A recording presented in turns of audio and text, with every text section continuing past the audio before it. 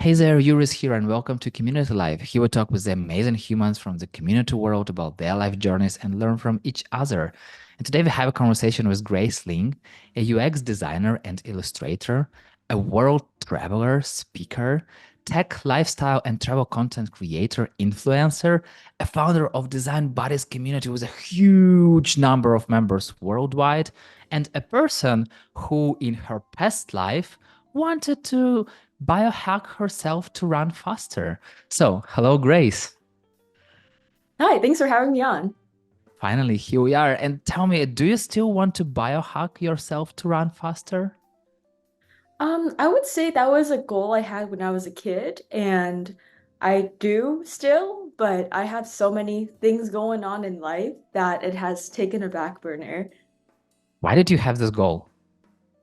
Because in long story short, I was really into cross country and track when I was younger. I was really fast. I broke a lot of my school records, went to nationals, and won a lot of races, and it was a big part of my life. And I thought that I could run in the Olympics one day and win based on the rate I was improving. And I was interested in learning more about the human body and how I can optimize it and run faster, because I could win races and then in turn push my own limits, but also get recognition. Because this ties back into content creation actually. So this was 2014. I was in high school. I started this blog on Tumblr called I Run Grace Pace, and it got really popular, like 10,000 followers within a year. I was in high school, and I started getting brand deals. I noticed the faster I run, the more exposure, the more followers I Hmm. got, and the more hype, and the more brand deals I got. And so not only can I push my own limits by biohacking myself to run faster, in a business sense, I was making more money through the social media exposure I got. And that is why um, a lot has happened since. Gotten injured, stopped running for a couple of years, forgot about running, completely didn't think about running anymore because in college I ran Division 1 cross country track, but I kept getting injured and Hmm. I just kind of decided to forget about it and focus on like design, engineering, pre-med, academics and stuff, and then picked it back up again during 2020 or 2021 and just been running for fun since. So you are stopped going for this bigger goal. What changed? Okay, so first of all, you wanted to run faster, you wanted to get more deals, you wanted to get more money, and now we are running for fun. So what changed? What is the difference? Yeah, I would say right now in my life, the reason why it's not my main priority is I recognize that running, like people can get injured all the time. It's so unpredictable. And I rather invest my time in something that I know can more guaranteed yield returns. For example, in my design skills, in my community, in my business, in my illustrations. Because this is also coming from experience of getting injured over 10 times, or I don't even know how many times, but Wow. many, many times throughout college. And I recognized that I could work really hard pre-season and then suddenly have an injury and the rest of my season's gone. It's like very volatile, very like unpredictable. And that's why I decide not to focus on it for my own mental health and sanity. Because running was a huge part of my identity growing up. I identified myself by running a lot, and when it was taken away from me, I felt lost. I didn't know what I want to do with my life, and Wow. that's why I want to just make it, oh yeah, something I do for fun, but I do all these like other things. I don't want to only think about running, even though it is fun. I love doing it, but it's not like the only thing I like to do. And how did you get back on this life track after, let's say, giving up running? Yeah, it was during the pandemic, and I got really bored being at home. And so I just started running for fun. I actually got pretty fast and was training for a race, but then I got injured actually. Um, and yeah, nowadays a lot of like I've so like right now where I'm at this moment, in the past 6 weeks, I moved out of my parents' house. I moved to San Francisco. I started a founder creator house, and I quit my day job, my corporate job. So um there's and I've been hosting like two events a week with design buddies and everything else as well, and like house parties here. So my life these days, every day is different. I don't have a routine, but I love it. Yeah. I love the randomness, which sometimes I still run in the morning, sometimes I don't. I just kind of I prioritize like my life first, and then just running just like somehow integrates into it. Like right before our conversation, I just went for a run. I still run. I like it, but it's not like I don't think about it. I run like whenever I feel like it. Don't really have any goals at the moment, but that could always change. And how do you feel about injuries that put you out of running? Right now, I just see it as like, oh, more time to do other things. Like I don't really care. But this comes from years of like feeling pain from my injuries, like mentally and physically, because I know that if I care too much, it would mentally drag myself down, and I don't want to go down that path. That's why I choose to focus on other things. So you've been through 30 plus countries, and what inspires you the most during your travels? I think I just like the randomness. For context, growing up, I've always like was very routine. Because like school and then during pandemic, just stuck at home. I just got really bored of like having a routine and just I just love how travel just removes all that and just Mm. like has the randomness. And I feel like it's like helps me be more creative. I love getting to meet people from other countries, people from Design Buddies, my community, people from social media, making friends from all walks of life. As I recognize being born and raised in Silicon Valley, most people are in tech. It's like a huge bubble. And just being open-minded to other professions, other passions, ways of life helps me being able to have a better understanding of how the world works and how everything works together. I also just like love looking at different nature formations and learning about different cultures. And I love like creating content and taking cool photos for like my Instagram and LinkedIn. And that helps create content for me as well. What do you usually talk about with people from different countries when you go there? Yeah, I like to talk about like what do they do for fun? Like would they do with their life if money were not a factor? Those are like my favorite questions to ask. And I just kind of just like talk to them again. I don't really have a set of questions. I just kind of like ask them like, hey, what are you up to these days? And what are your goals? And just kind of go from there. No specific agenda, but just like how I talk to anyone. And I don't change. I just how I talk to anyone SF. I know it's in San Francisco. It's really normal to ask people like, what are you building? What do you do for work? Versus like everywhere else, like no one cares. And sometimes like I notice like for me, sometimes like at parties, people ask me like what company do you work at? And I think like 2 years ago, I would think that's like totally normal. But like I don't know, I found that like kind of like off-putting. Yeah. Do they ever ask in San Francisco, what do you do for fun? I do. Sometimes it depends. At like events at company offices, like corporate events, it's usually like, what do you do for work? Um, versus at house parties, it's like, what do you do for fun? Or like, what are you up to these days? Or what is bringing you joy these days? At least those are questions like I tend to ask and what I get asked too. What does meeting new people mean for you? Meeting new people, like I feel like just like have learning something about them, learning about each other, finding ways to help each other, and just opening potential opportunities for each other too. Because you never know what everyone's goals are, what everyone's working on. It's always like a new path that could go anywhere. How about you? What does meeting new people mean to you? Oh, yeah, totally. Yeah, it's a great question. Thank you very much for asking because when I meet somebody new, I love listening to human stories. And I'm always curious about like how somebody came to the point of their life where they are.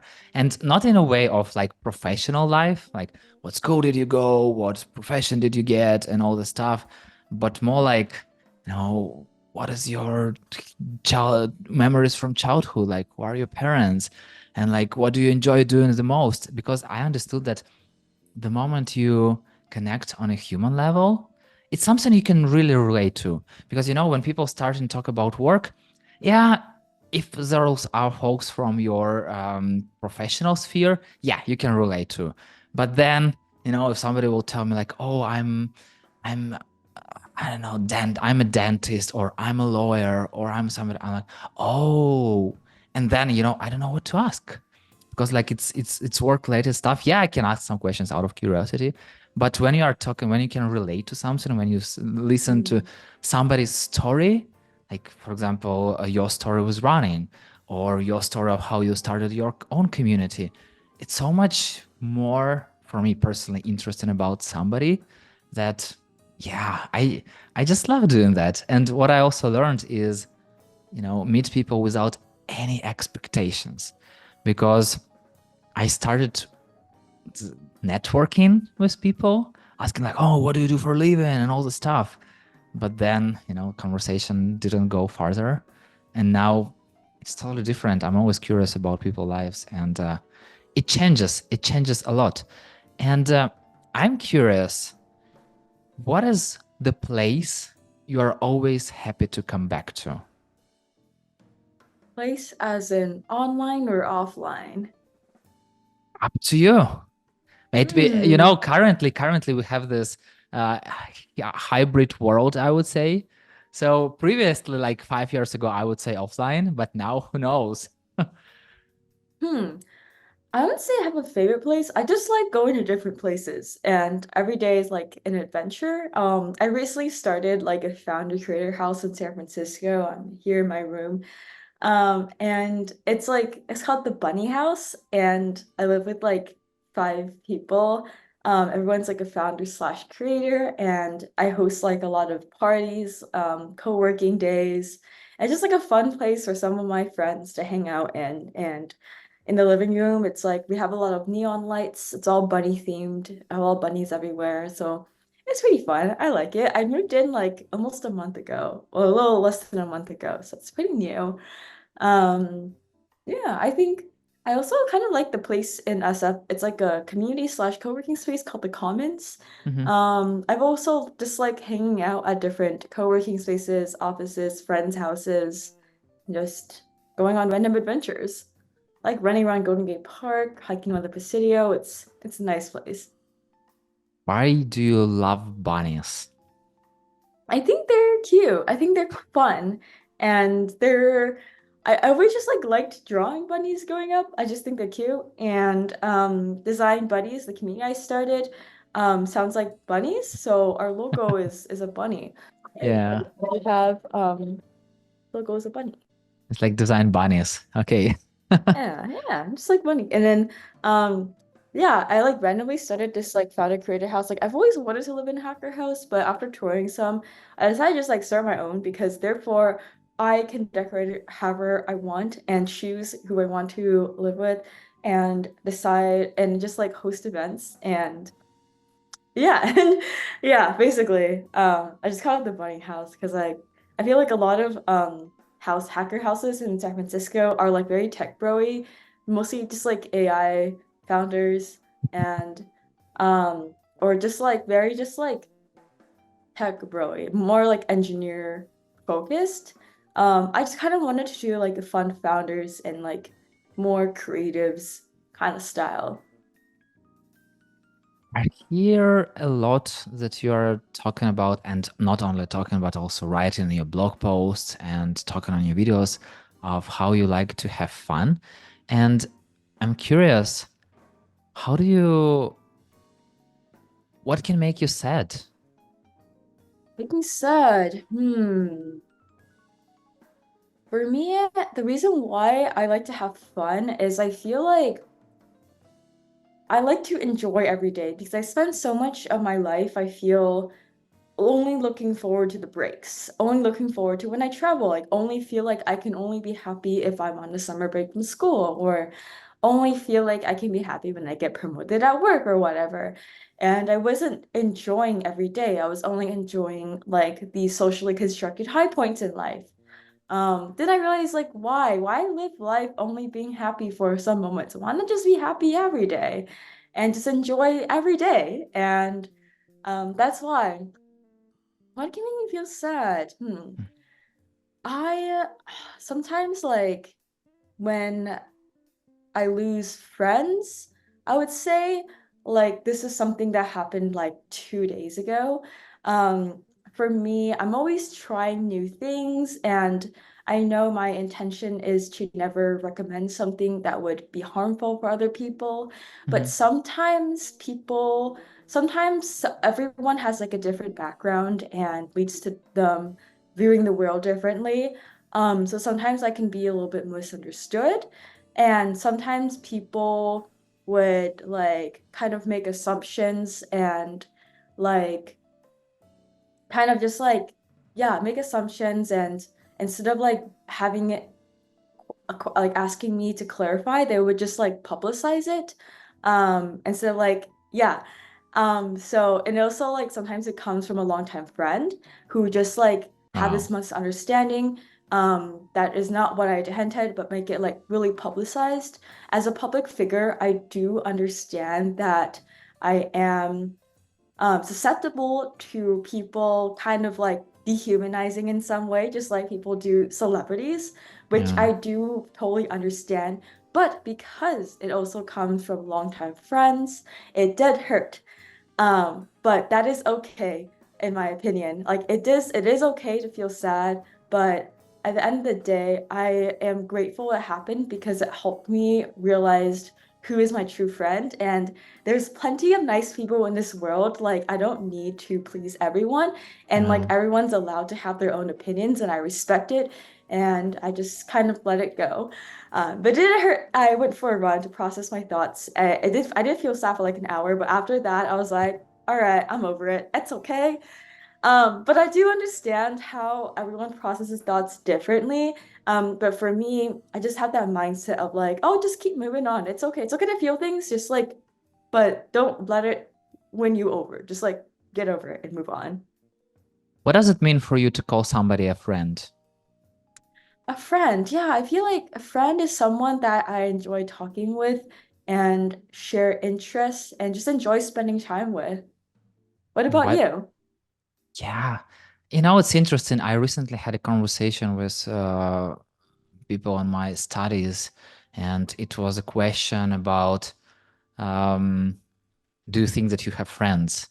And, I'm from Ukraine, and it's kind of, we have this national thing that a friend is somebody who helps you when you are in need. So somebody who you can go to in the worst case scenario, and they will be always there for you, and they can help you and they can support you. So, when the war in Ukraine started, I really understood who are my friends because, as you, I created different communities and I had tons of people who I thought were my friends. And then I understood who are real friends. And, when I joined this international community world, even though that I didn't meet like 99% of people I know, I feel like I have more friends now than I had before because those people are supportive. They're always there for me, such as same as I am always here for them, even though we are, like we are Zoom, but it still feels in like the way people ask questions, the way people support you, the way people talk to you. And yeah, but I still don't know. I feel like I have friends, but to be honest, I can't say that. Like, I luckily, I didn't have such bad things in my life to really test somebody. So, and I hope I won't. So I really love. I think that a friend for me is a person who supportive, who is kind, who loves to talk, sometimes, and not only about fun things, but also about sad things. Because I feel like, I don't remember who exactly, but somebody told that a friend is not a person who you can only laugh with, but also a person you can cry with. So it's also a very important moment. And following up on your thoughts about sadness, I'm curious, why do you think those people you thought were your friends could do that? Could go and do something publicly without asking your opinion, without reaching out to you. Why do they do that? Yeah. In my opinion, I also talked to a lot of friends about this is there's different phases of life, and I feel like as we grow older, I'm in my mid 20s right now, so I'm still learning a lot. But what I've noticed is from moving to San Francisco is like your social circle, I feel like people kind of I don't want to say it's jealousy because I don't think it is. I feel like just people have different goals in life. So like for example, I'll just give my story. So when I started my career, I wanted to just be a designer. I wanted to work at a 9 to 5 and climb the corporate ladder. Um, and this was like probably my goal like 3 years ago. Like I just want to get promoted and have that majority of my friends my close circle that I hung out with online and offline were the same. They had the same goals, wanting to climb the corporate ladder. Um, and like we just like bonded over that because we had a lot of things in common and life goals in common to bond with. I would say in the past year or so, I've gotten more and more into entrepreneurship, community building, content creation, and I no longer have the desire to climb the corporate ladder. In fact, this is the Hmm. last week in my corporate job. I decided to leave because it is no longer aligned with my goals. My goals right now is like entrepreneurship, make a deeper impact, create businesses, bring value. And my social circles, most people like founders slash content creator, the close friends I hang out with, because we talk about different things. Like we talk about money, we talk about impact, we talk about business, hiring, taxes, like all that stuff, which is different than talking with other designers. We just like talk about how to make design, have designers have a seat at the table, help make business impact within the company, getting promoted, putting your portfolio perfect. So it's like kind of different. And there's this interesting phenomenon my friend Jean shared with me called the tall poppy syndrome. Like usually like all the poppies are like the same length, same height, and when someone is higher, they kind of want to pull you down. Hmm. Um, and I feel like in my just like my I don't know what they're thinking, but this is based on when I talk to my close friends who are also founders having similar goals. Is that phenomenal? They're observing that the people who want to pull me down publicly don't want me to succeed because they don't want me to be more successful than them. But in my opinion, I think success can be defined. It's just how you define it. I don't think like I'm better than other people, but in their eyes, they're acting this way because like they feel like I making probably more impact than they are or something like that. What success means for you? For me, it depends. I feel like success is different based on everyone's definition, but for me, I would just say being happy and just like I feel like it's kind of very generic, but being happy for me looks like just doing things that I feel like are aligned to my values,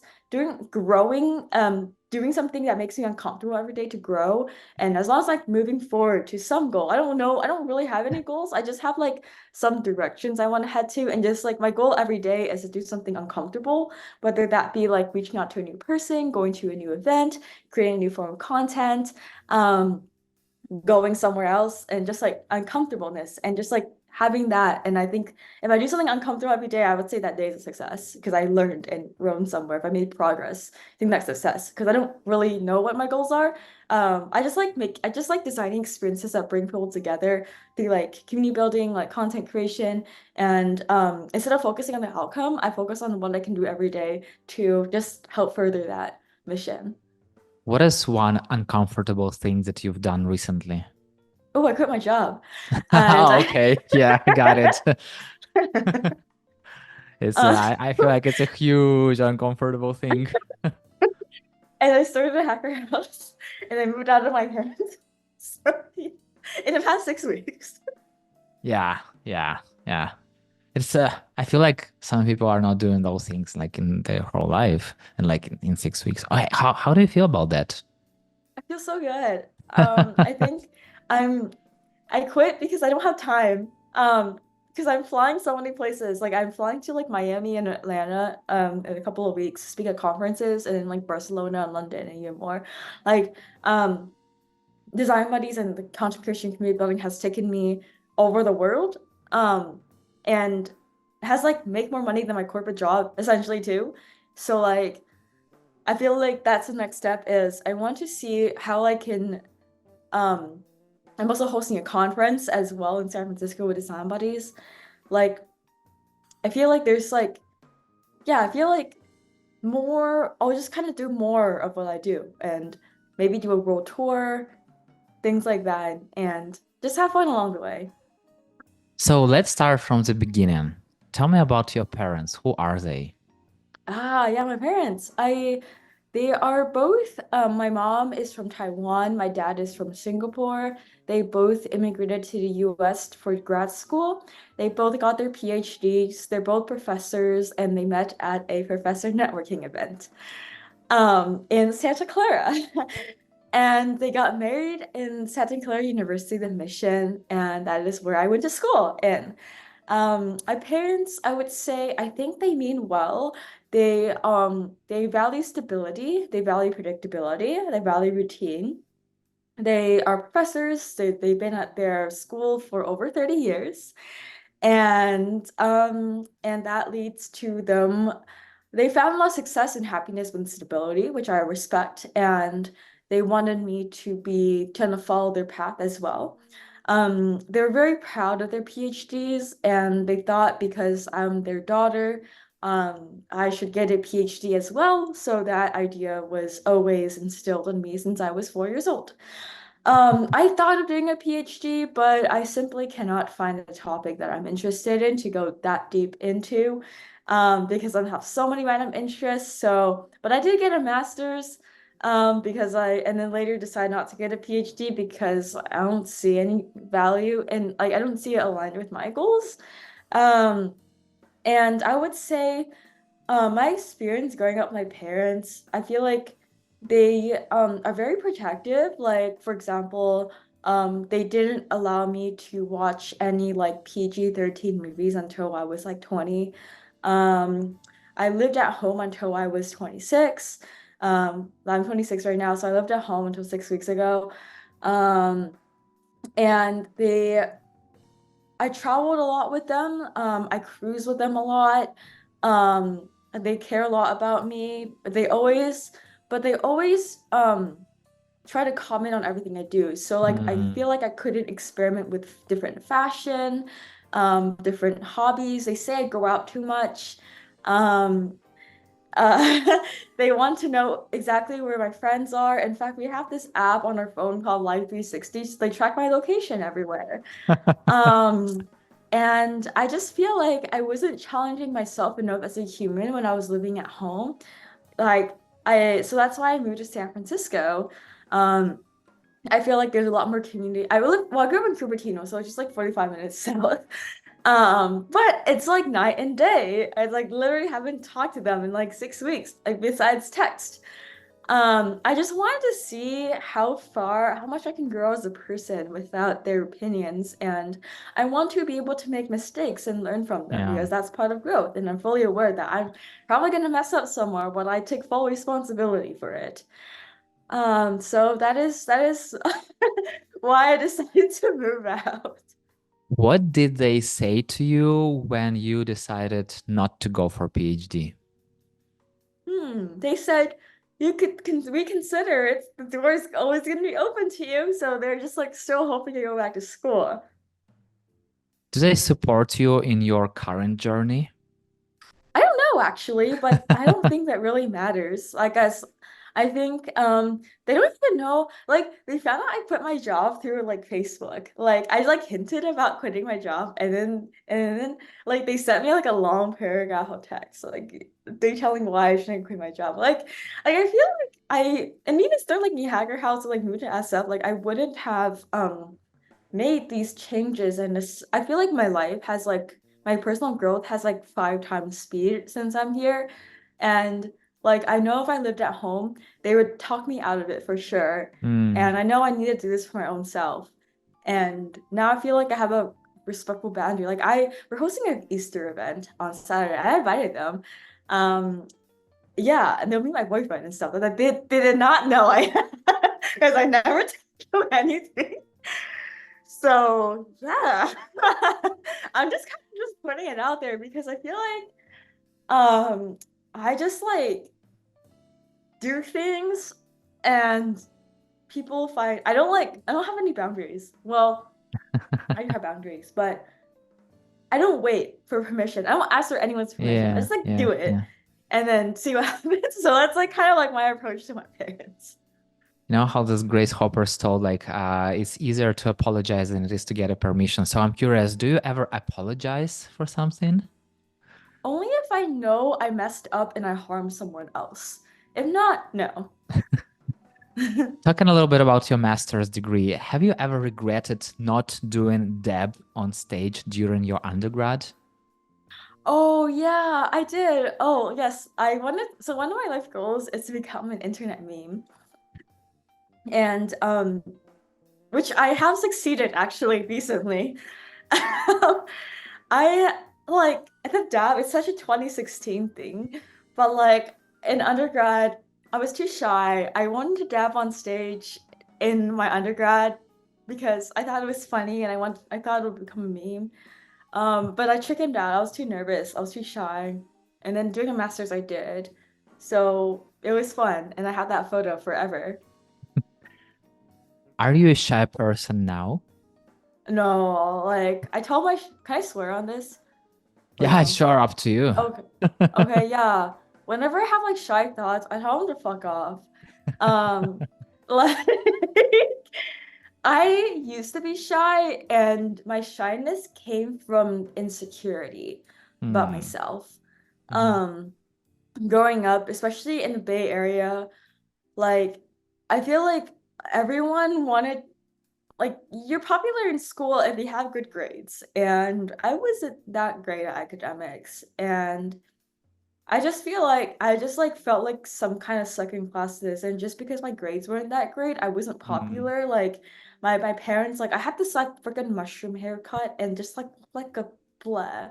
And like I was not popular because how my parents controlled the way I looked and the way I behaved. Yeah, but like I have no regrets because it shaped me who I am today. And yeah, so I was like not really confident. I was actually bullied a lot as well. I was also like kind of rebellious a lot because in school, in middle school, I got sent to the principal's office a lot because I kept yelling, telling weird random jokes because I was rebellious against my parents. I also like going through my adult rebellious phase right now as well. But I got bullied a lot, so like my self-confidence wasn't that great, so I was a little bit shy.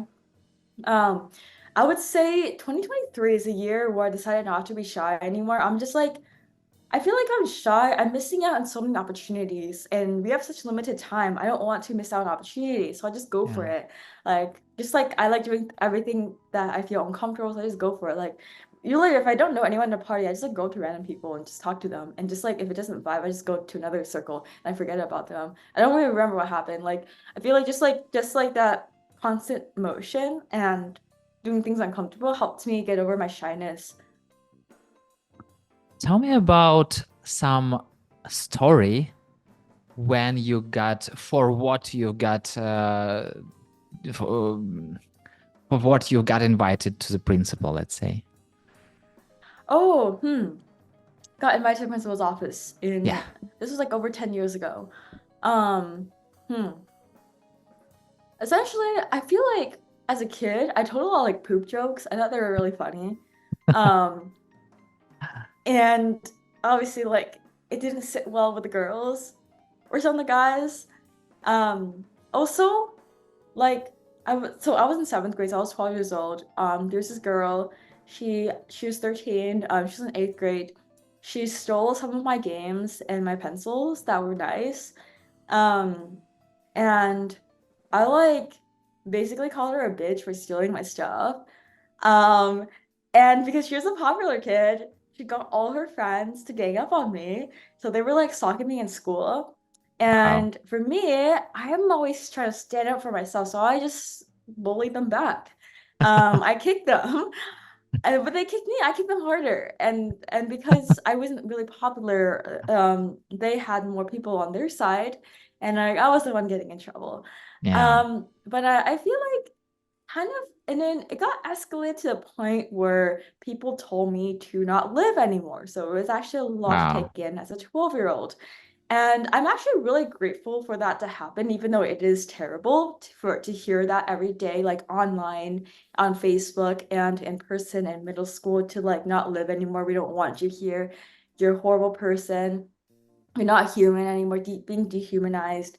it did help me build a really thick skin, especially as a content creator and in front of so many people, all these different opinions. Now, I find that, like, yes, I do feel disappointed when my friends kind of like not be do things that I wouldn't assume a friend would do. But it really helps me just like have an open mind and develop this like thick skin and just like know how to de-escalate situations and helped shape me a lot as a person, especially going through these things at the age of 12. Yeah, it's definitely hard. And currently, you grew your thick skin, but how did you feel back then? Grew my what? Oh, Thick thick skin. Yeah. skin, yeah. Yeah, I would say for a very long time, I was deeply insecure about myself. I would, for example, like I didn't like the way I looked, so like I would turn down opportunities to go like parties or socials, traveling, simply because I was just like insecure. I feel like I needed to study more. I was like behind in life. So I turned down so many opportunities just because of my insecurities. And I feel like in my mid-20s, I started just kind of making up for lost time. Like I feel like I lost so much because I held myself back, and now I don't want to hold myself back. Like that's why all these life change. I'm just like, all right, I'm free. I don't care about those anymore.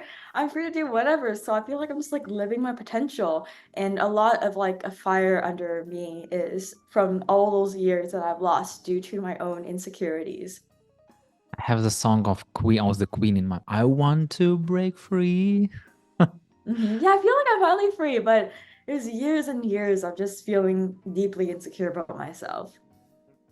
You've studied computer science and bioengineering and even wanted to become a neurosurgeon. So, first of all, why neurosurgeon? I thought neurosurgeon, I like the brain. I thought a lot, a lot of like you can change like how the neurons operate in your brain and it will impact your whole life. I think that's like pretty fascinating. Why surgeon? Because in Cupertino, all the Asian parents are like, you gotta be a doctor, engineer, lawyer, or failure. Mhm. But growing up, I actually wanted to be an anime artist. I chose neurosurgeon because it sounded really prestigious, like because like, ooh, fancy Yeah. respect from parents. And I kind of like working with my hands and like cutting things and just like being meticulous. And like I think the brain's cool. But yeah, then I realized that like there's so much school. I hate school because I'm told to follow instructions and not think inside the box. I'm rewarded by how much things I can memorize, which is not intuitive to what I like to do in life. So I'm not a neurosurgeon anymore. Is it because you hate school you decided to transition to UX design? Oh, I don't think, wait, I think hate was a strong word. I like hated the fact that school rewards you on memorizing things. Because I do understand memorizing things is important in the medical field. It is necessary because you need to know what you're doing, and also in the legal field as well. But it's not where my strengths are at. And I feel like as an entrepreneur, I'm always trying to think outside the box and do things outside. And yeah, wait, what was the question again?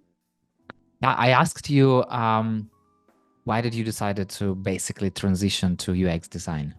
Oh yeah, I like UX design a lot. Because like in school I did like bioengineering and computer engineering. So like that technical background, I like solving problems, and that's why I like building things.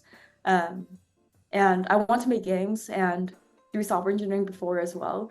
But I also like to draw a lot growing up as a kid, like very visual. And I felt like UX design kind of combines like both the building, technical skills and art skills, visual skills together. And it also like pays really well in tech without needing to code. And like I wish I liked coding, but like I just like don't. And my brain, I'm very slow at coding. Like I remember my labs, I'll be like the last one to finish. So I know like I tried really hard. It's just like my brain isn't really wired that way, but I shouldn't be let that be a limiting mindset. But it's not like something like I really enjoy. And like that is okay. I tried. I wish I enjoyed it, but I just like cannot. Tell me a little about your aspiration of being a Pokemon trainer. Oh yeah, when I was in school, I just like played a lot of Pokemon. And like in my eighth grade yearbook, I put Pokemon trainer because I thought it was funny. Versus everyone else, like I want to be an engineer at Apple, Google, because I live near Apple, and so everyone just aspires to work there. Meanwhile, I'm just like, eh. I know I would be different. Let's be a Pokemon trainer. You were about to become a Pokemon trainer. What Pokemon would you like to train? Hmm. I really liked Leafeon, like the leaf type Pokemons. Um, but I feel like now this is interesting. This is a comment I got from one of my posts is that now like I'm technically a Pokemon trainer in Design Buddies because I collect Pokemon like other designers and I give them resources and I train them to get jobs. So this is how I'm a Pokemon trainer right now. Designer, fight! And I feel like LinkedIn is like my Pokédex of my professional connections. Yeah, I get it. I get it. It's really interesting way, by the way, of putting that. So you kind of, yeah, you kind of become a Pokemon trainer. Hmm. So I am in a way. So I'm still I am 10 years later. How do you deal with sadness? Sadness. I like to go on a run or a walk just to like process my thoughts and think about why I'm feeling sad, what makes me feel sad, how can I get over it. Just understand the who, what, why, how, when, like what is the cause of this, and then what next steps, what action steps can I take from this. And I feel like sadness, like people deal with emotions differently. I feel like for me at least, um, I feel like I tend to like move on pretty quickly and but it's not the same for everyone else. So I just kind of just like I also like to surround myself with my friends. Like when that happened on Monday about like the online friends kind of doing that weird stuff, um, I also just like invited my friends over to co-work and have a good time. So surrounding myself like having time to process, like I went for a run in the morning, and also surrounding myself with good company helps me get over sadness. And what does it mean for you to move on? Means I just like no longer it's no longer a blocker. Like, yeah, like it happened. I understand why it happened. It's okay. I just accept it happened and just move on. I don't think much of it. It doesn't stop me from doing anything else. Are you still growing your Tamagotchi pet? Oh, I'm not. I'm too lazy. No, it's deprioritized because it keeps running out of batteries and it's just like I just got annoyed trying to like do it every day. That's so many things I had to do. What was the most common reason your Tamagotchi pets died? Oh, I forgot to feed them. Oh, it's not. And what about cleaning? Oh yeah, I forgot to clean them too. Did you have Tamagotchi as well? Not now, but when I was growing up, totally, I had. I don't really remember exactly.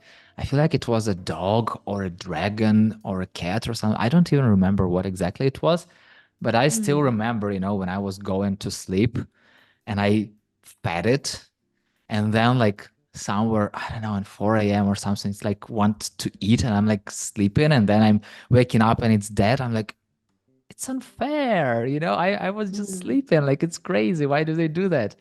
So yeah. How did you feel about that when your pets died? I mean Tamagotchi pets. I felt kind of sad. Like I put Tamagotchi when I was like younger too. I kind of felt sad. I got a new Tamagotchi like a year ago, 2 years ago. It was like one of the new ones. But like I was just like, oh no, it died again. Oh well. I'll just like restart. I was kind of doing it for fun. I just like doing random things.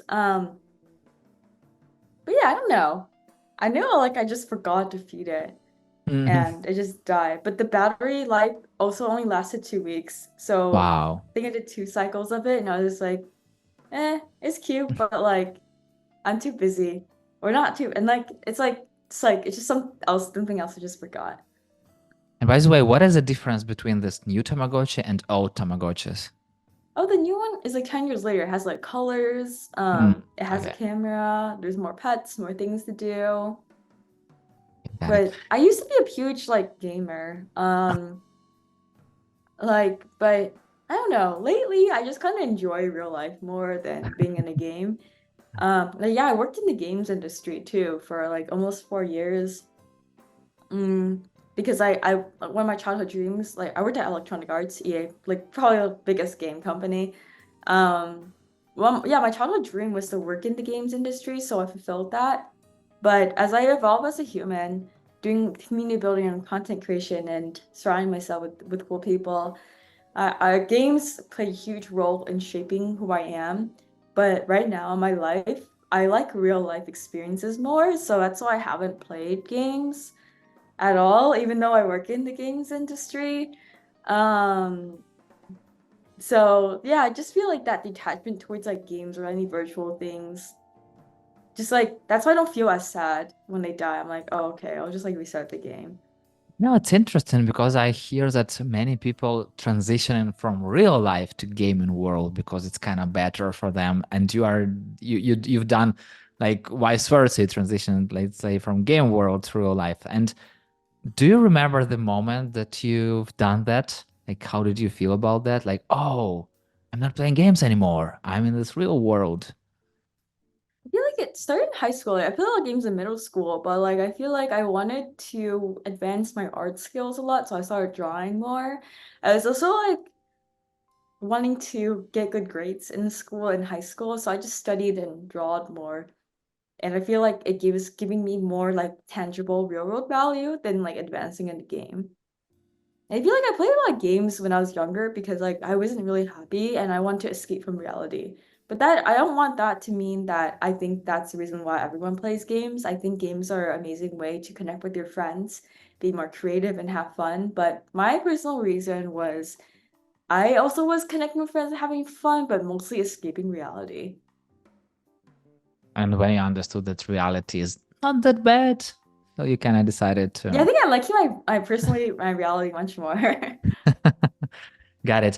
You know, Grace, I really wish to have the sky as a limit to our conversation, but time is a limit. So let's jump to the rapid fire questions. Yeah, for sure. Have an amazing pizza or a good run? Have enemies in what? Pizza. Enemies in pizza or good run? Oh, good run. Forest or seaside? Hmm. I would say I like the seaside. I like swimming.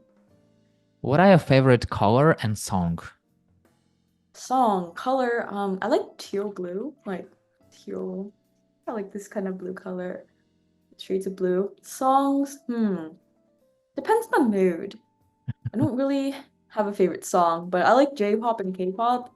I like Maple Story music, the music from the game I liked. Um, I like the Pokemon song. I sing it in front of class before. Yeah, those kind of music. Epic battle music, those kind of music. What is one song that was on repeat on your playing list recently? Oh, one song that was on repeat on my playlist. It doesn't sound weird, but like I'm on a boat. That one. Because I went through a huge cruise phase last year and like it just made me feel very empowered to be on a boat on a cruise. Another one was like I don't give a shit. There's that one. It just goes like I don't give a shit. Like that one, just like a huge banger. Um, yeah, those are like the two recent ones I had on repeat. Like I don't give a shit every day to hype myself up. If you were a superhero, what superpower would you have? I would have the power to time travel and change history or alter history. Who do you learn from? Name just one person. Ooh. Hmm. I feel like I learned from so many people. I feel like, I learned from, there's like this amazing community I'm part of called Design Creators, or a bunch of design content creators, and I learned from the folks in that Slack a lot every day. And who is one person? One of my friends, Tommy Gyoko, designer Tom, he started that Slack, and I've learned so much from him about like sponsorship, entrepreneurship. He's also a designer turned founder, and yeah, read his book, and yeah, learned a lot about that. Name two people whom I should definitely reach out to and have this conversation with. Oh yes, my friend Emily Feng, she runs this community called Asian Wonder Woman, and I think right now she's in Taiwan doing a travel summit that I was originally going to go to. Let's see. Another person in community, the community builder. Let me think.